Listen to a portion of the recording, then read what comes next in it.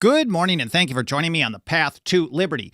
I'm Michael Bolden with the 10th Amendment Center, and this is the show for Wednesday, February 28th, 2024. And on this episode, I've got a quick overview of some of the most important views and quotes from one of our leading founding mothers, I guess we could call them, Abigail Adams. On Monday's episode, I highlighted the anti-federalist views of another, Mercy Otis Warren, and Abigail would come in on the opposite side of the spectrum. And at a time when she was certainly more on the federalist side of things, but when women were far from equal at that time, she really did break the mold. She was so influential, and everyone knew it, that her husband's political opponents, as an attack on both her husband and her, especially when he was President John Adams, they used to call her Mrs. President. It was certainly a slam, but I think in many ways it could be considered an honor. And rather than focus on just kind of the negative, kind of pro-big government stuff that came from the Federalist side, like her support for the Alien and Sedition Acts, I remember reading a letter from her to Thomas Jefferson around 1804 or 1805, where she basically was defending Alien and Sedition, saying, sure, liberty of the press, of course we're on board with that, but that doesn't mean licentiousness. So this is kind of a different view of what freedom is about, and maybe you could learn more about that from Brian McClanahan, the views of liberty in places like Massachusetts versus those of people who lived in places like Virginia. And there they said, at least to Abigail Adams on the Alien and Sedition Acts, she's like, sure, you can have liberty, but government is still authorized, the central government or general government is still authorized to punish those who don't use liberty, because just saying whatever you want, that's not liberty. So that's a different conversation. But let's get into the more positive stuff. Like, for example, here's a letter that she wrote to John Adams. There's tons of letters between her and John Adams. There's a time where they were apart for a very long period, maybe almost a decade. So they wrote quite a bit. And she was very influential, Mrs. President. Here she is writing to John Adams in 1797 about her absolute hatred for Alexander Hamilton, or maybe we don't call it hatred because that wouldn't have fit with her moral character, but certainly she thought he was very evil. And here's how she put it. I have read his heart in his wicked eyes many a time. The very devil is in them. Now, she was a very fierce advocate for independence. We often call John Adams the Atlas of Independence. He was the hothead. He was impatient, but he was not impatient enough for Abigail Adams. She kept pushing him. I'll get to that in a moment.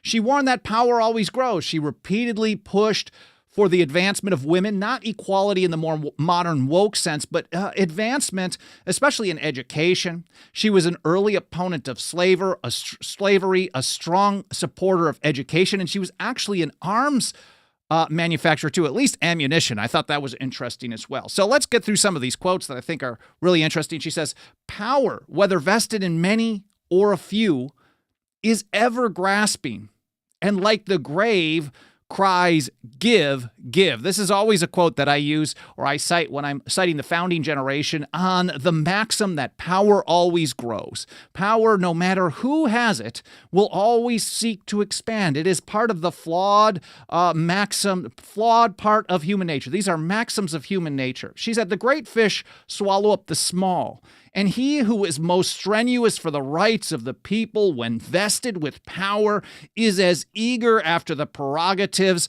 of government. And in essence, if we read it, out of context here, we could say this is kind of a warning about what her and her husband did when they got in power, because certainly John Adams, her husband, and her, they were very fierce advocates for liberty at the time when this was written, certainly in 1775.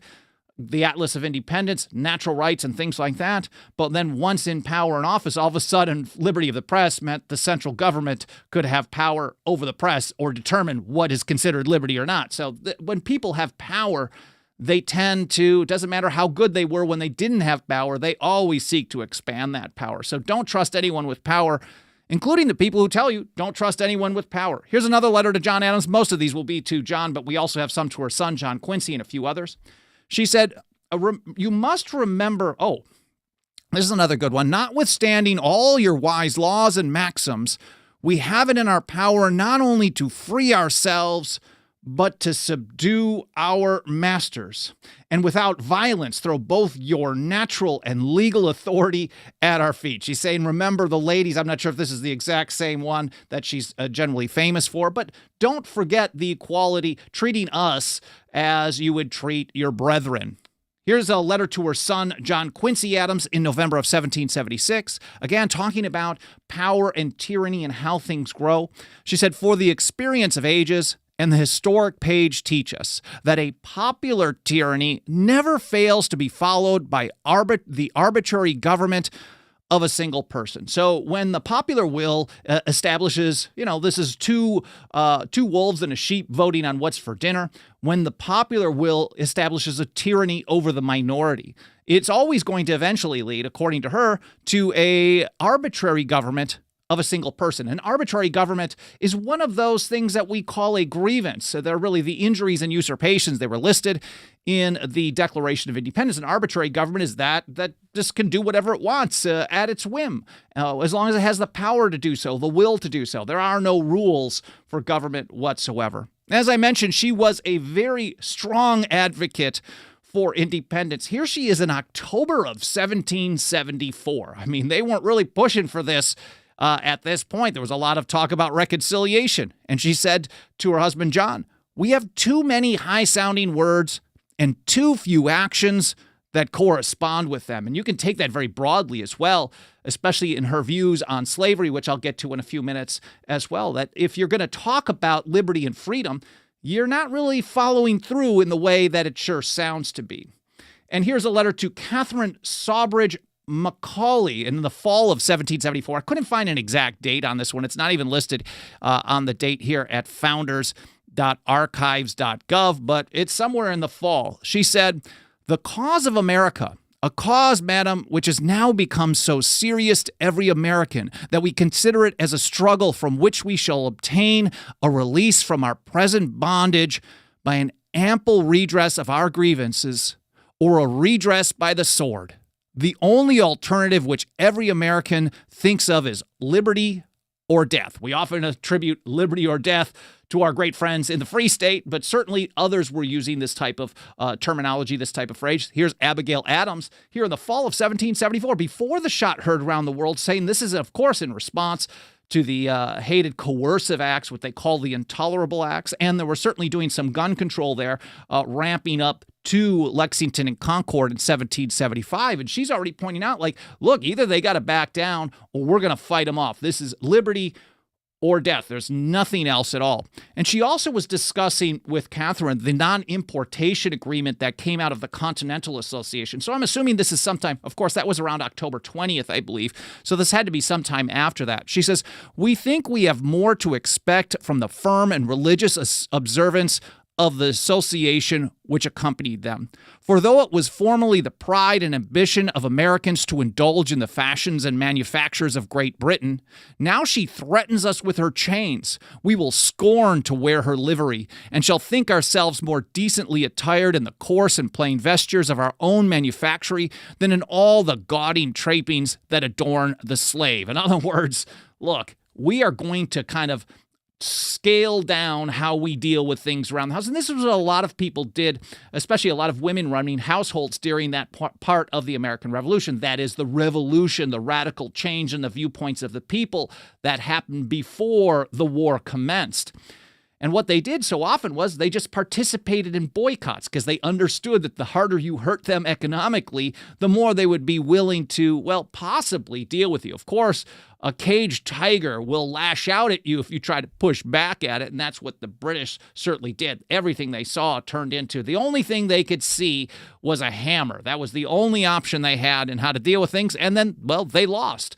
I believe it was John Adams at some point. I can't remember who said it, but it was a great quote. Basically, Britain claiming a power over us in all cases whatsoever is going to, and that's a reference to the Declaratory Act, is going to learn at some point they're going to have power over us in no cases whatsoever. Maybe it was Benjamin Franklin. I can't remember. But Abigail kept pushing John Adams on independence. She's already talking about it in 1774, and by the time the spring of 1776, she just keeps pushing. Here she is in a letter on March 2nd. I am charmed with the sentiments of common sense. Thomas Paine's Common Sense was published on January 10th, 1776. And here she is giving it a kind of a warm review here. I don't know if it's a 5-star Yelp review, but it certainly is a warm one. She likes it. And she's wondering why, hey, this is what we got to follow. Why aren't we out of here already? And she's really pushing him on this. I am charmed with the sentiments of common sense and wonder how an honest heart, one who wishes the welfare of their country and the happiness of posterity, can hesitate one moment in adopting them, leaving the monarchy, establishing a new system. Of course, Thomas Paine had a very rough outline of what should be a new system of government before the Articles of Confederation was even considered. They had to move forward. And she's like, why can we even hesitate one moment? It's here we are in 1776. They've been fighting for almost a year already at this point. Why are we not independent at this point? She says, I want to know how those sentiments are received in Congress. I dare say there would be no difficulty in procuring a vote and instructions from all the assemblies in New England for independency. I most sincerely wish now in the lucky minute it might be done. So she's expecting that the colonial or the state legislatures, we'll call it at that point. A lot of them were provincial assemblies, for example, in Massachusetts. She's saying everyone's going to vote in support of this. What's taking you so long in this Continental Congress to move forward? And John Adams, who again, if you take the perspective that Adams was seen in Congress as the guy who was really pushing, and John Dickinson was the guy who was really slowing things down because Dickinson said we need to have the Articles of Confederation done first. We need to have treaties. We need to have alliances so we can be strong enough to fight them off. Otherwise, we're going to run into trouble. And even Thomas Paine in December of 1776, when he started writing The American Crisis, he tended to hint at maybe we moved too fast, but now's the time. We can't change that. It is how it is. We got to push forward no matter what the odds are against us. But John Adams was seen as the guy really pushing, but he wasn't pushing fast enough for Abigail Adams. And by April of 1776, so a follow-up to this letter, I believe it's the very next one in response a few weeks later, John says to her, be patient. We're going to get there. Be patient. Now, some historians do make Abigail Adams out to be a very, here from the National Park Service. They say Abigail Adams was one of the first advocates of women's equal education and women's property rights. Very important figure in American history. Adams had strong feelings about marriage and believed women should take more part in decisions rather than simply serving their husbands. She believed that women should educate themselves. This is a big part of how she really pushed for not the modern version of equality, but what she felt was really women taking their proper place, doing their proper role at the time. And she felt education was a big part of that because the education was available, and to not actually push beyond just basic literacy was a huge mistake. She believed that women should educate themselves, not necessarily go to college. She wasn't advocating for that, but to educate themselves, to read books and learn, and use their intellect to manage the household affairs, as well as be a moral guide for the family. Now, some historians, because of this, make her out to be a modern woke feminist, but she was nowhere close to that. She would be like not even in the realm of it at all. Now, on the other hand, the other historians, so you've got two kind of realms of historians. And as Brian McClanahan always points out, the history profession is basically dead. These are all kind of political hacks using history to advance their own kind of personal political goals. So you've got one group who say, oh, she was this woke feminist. They try to kind of impugn on her. They try to put into her mouth words that she'd ever said. And then on the other hand, they complain that she sucks, that she's terrible, that even though the views she pushed were very, very radical at the time, she wasn't good enough. So don't give her any credit. She's a bad guy. So they're all kind of awful. Anyway, so here she is in a letter to John Adams. She said, remember all men would be tyrants if they could. And I know she was talking about the male sex at the time. She was recognizing okay, you're basically treating us as property here. So let's not do that anymore. We got to change things around. But I think this is a very good point if we think about it more broadly. Every human being, that's part of the nature of power. As she was saying in that quote a little earlier, Power always seeks to expand. It'll take you right like the grave. And in fact, power has taken many people to the grave, government power. She says all will be tyrants if they could. And I think anyone with power runs the risk of being a tyrant, whether in a small area or in a large one. If particular care and attention is not paid to the ladies, we are determined to foment a rebellion and will not hold ourselves bound by any laws in which we have no voice or representation. Now, I don't know if there were many other women who were on board with her mentality at the time, so I don't think she was able to rally the troops on this, but certainly the mentality is a strong one. And in fact, whether we're thinking about a battle of the sexes or a battle of humanity versus centralized power, I think we can really appreciate this kind of perspective. Why are we bound by laws in which we have no voice or actual representation? Many of the anti-federalists, I know Abigail was kind of a big government supporter of the time in comparison to the anti-federalists, but not in comparison to what we have today.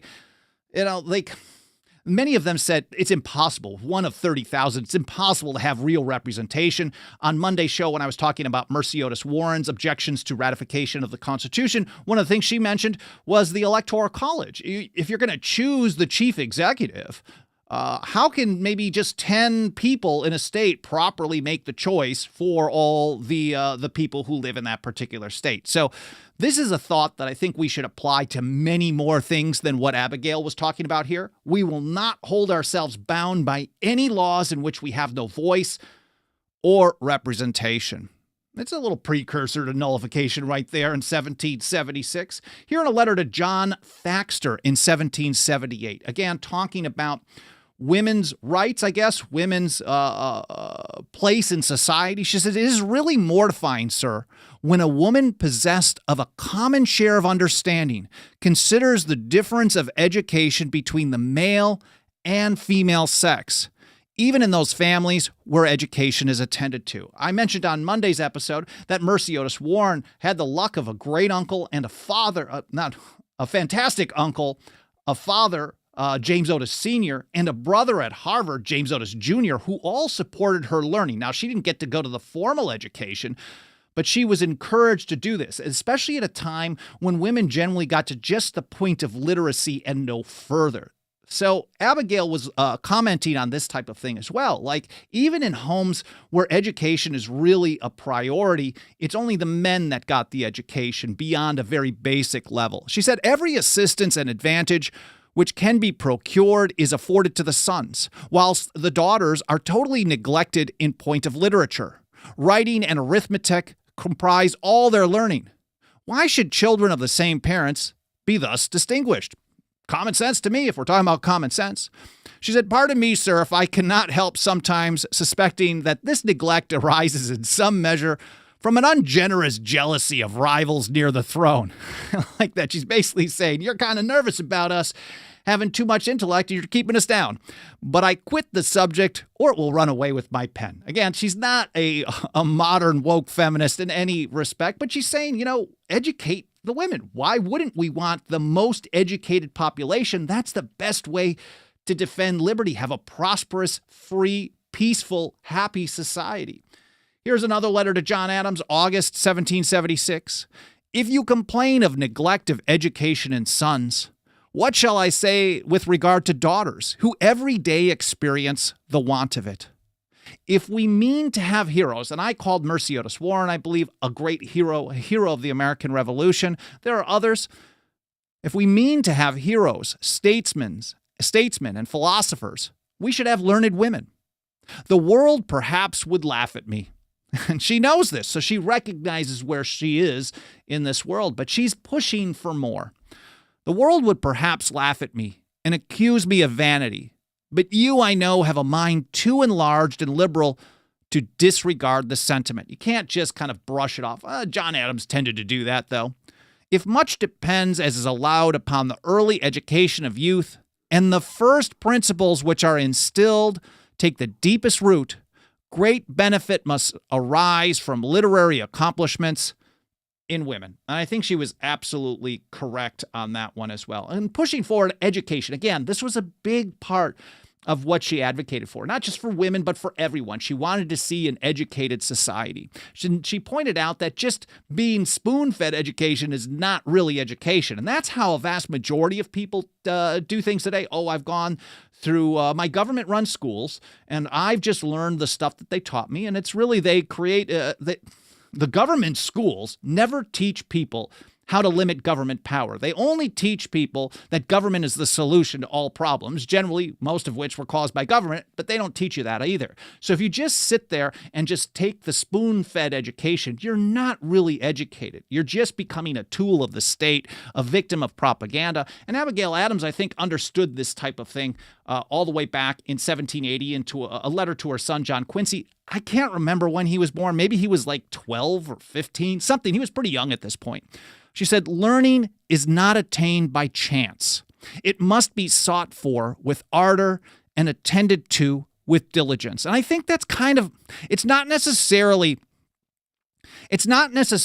a motto for this show, but this is certainly what we do here. Like, I learn as I go on almost every single episode. As I put together the notes for these episodes, you would be surprised. I don't know all this stuff off the top of my head every single time. Sometimes I can rip through it pretty well or speak off the cuff, but I have to kind of organize it. And sometimes as I'm going through it, I'm like, oh, I should look into this. Is there any quote on this, or is there any counterpoint on this? And I'm always doing a couple of hours of research for almost every single episode. Some of them are a little quicker than others, but some of them a little longer. So I'm learning as I go as well. And I think the only reason you're interested in this is because you want to learn what I'm learning as well. And that's how we kind of expand our knowledge, learn about our founding principles, and learn how to put them into practice today. We have to search out our education with ardor, and we have to attend to it with diligence.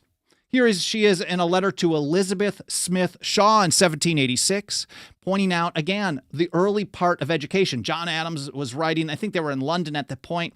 He was complaining about, he wanted his kid nearby. We should have him here. And she's like, no.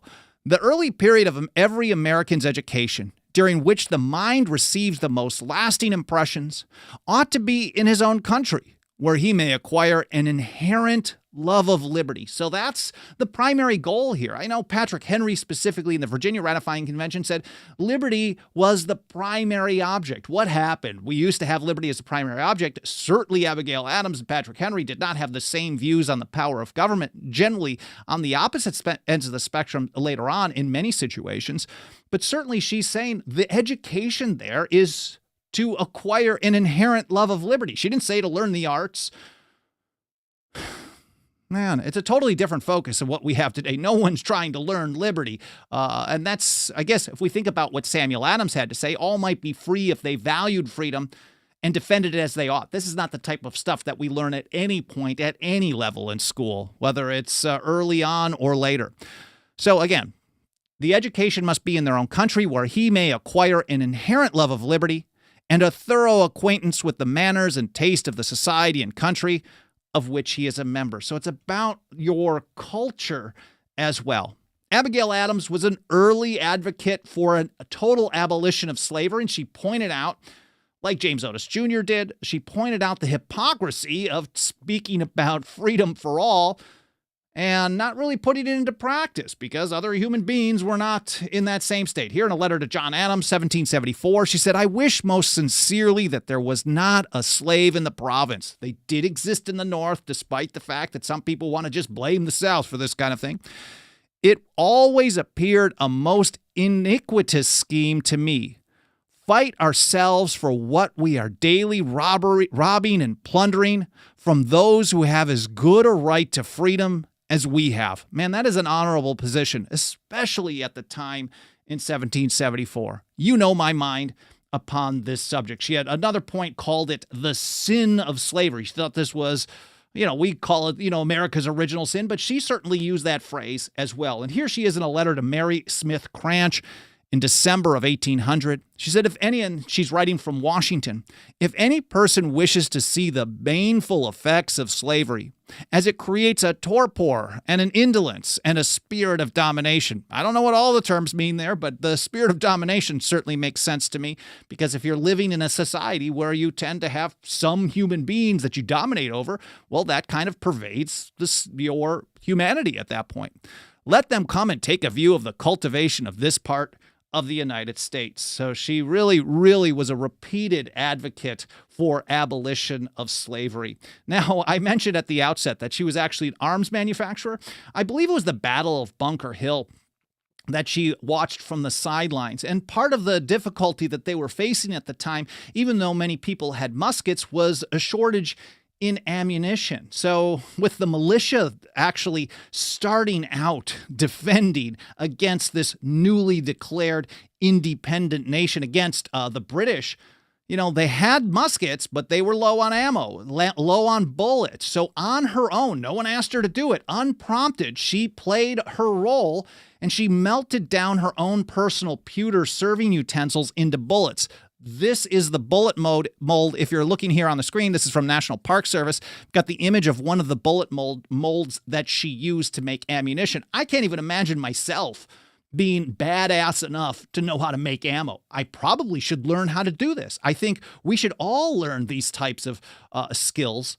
If we want to understand and actually appreciate and support the natural right of self-defense, we have to understand that at some point, government is they already have, but they're going to get really even more aggressive about trying to limit our access to these types of tools. And that's why, of course, supporting a 3D printed firearm is a very important thing. Maybe that's the modern version of what Abigail Adams did. So here at a time when men and women certainly were not equal, here she is being far more awesome than a vast majority of us dudes alive today, because we don't know what the heck we're doing as far as making our own ammo. And, I should be ashamed of that and get a little bit better. It's a little motivation to improve upon that. But she made tons and tons of bullets to give to the militia. And here she is in a letter to her, I think her third, probably her youngest son, Thomas Boylston Adams. I never knew the name Boylston.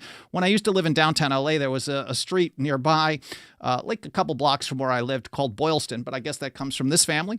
She said, every citizen, this is in 1787, every citizen should learn the use of arms, and by being thus qualified, he will be less likely to be called to the use of them. So she's encouraging everyone to learn how to use arms. I've done some research to see if she was a marksman or something like that, but I haven't found much on her ability and whether she went out practice shooting or things like that. I'm not certain if this was in her skill set, but she certainly knew how to make bullets. We know that.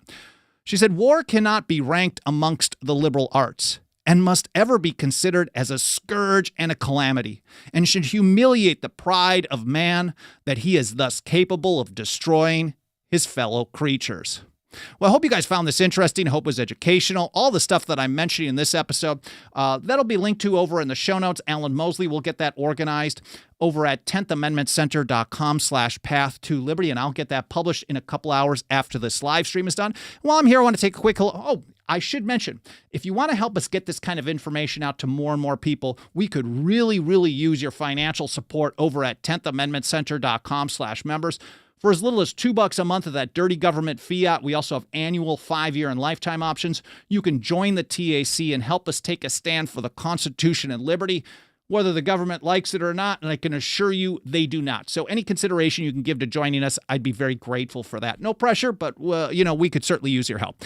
Saying a quick hello to everyone out in the live chat as well. I'm sorry I did not get to this a little earlier, but I just wanted to kind of power through this information. Again, I hope you found this interesting. This is not the normal type of a topic that we do here, but I wanted to give Abigail some of her props. There's Haji and Cheriton Farmer, Joshua Malkin, Erwin Havernick in Omaha. Haven't seen you on a live stream in a while. Good to see you. Dixie Strong, Rick in Michigan.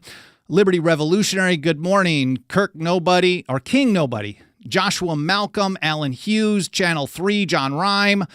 Is it Rhyme or Rame? I'm not sure. I appreciate you being here. Whether I get your name correct or not, I get a lot of these wrong all the time. And I'll scroll through and look at, there's Jacob and a few other people, Rick in Michigan. Again, I appreciate you being here. I hope you enjoyed the episode as much as I enjoyed sharing this information with you. I hope you have an awesome day, and I hope to see you next time here on the Path to Liberty.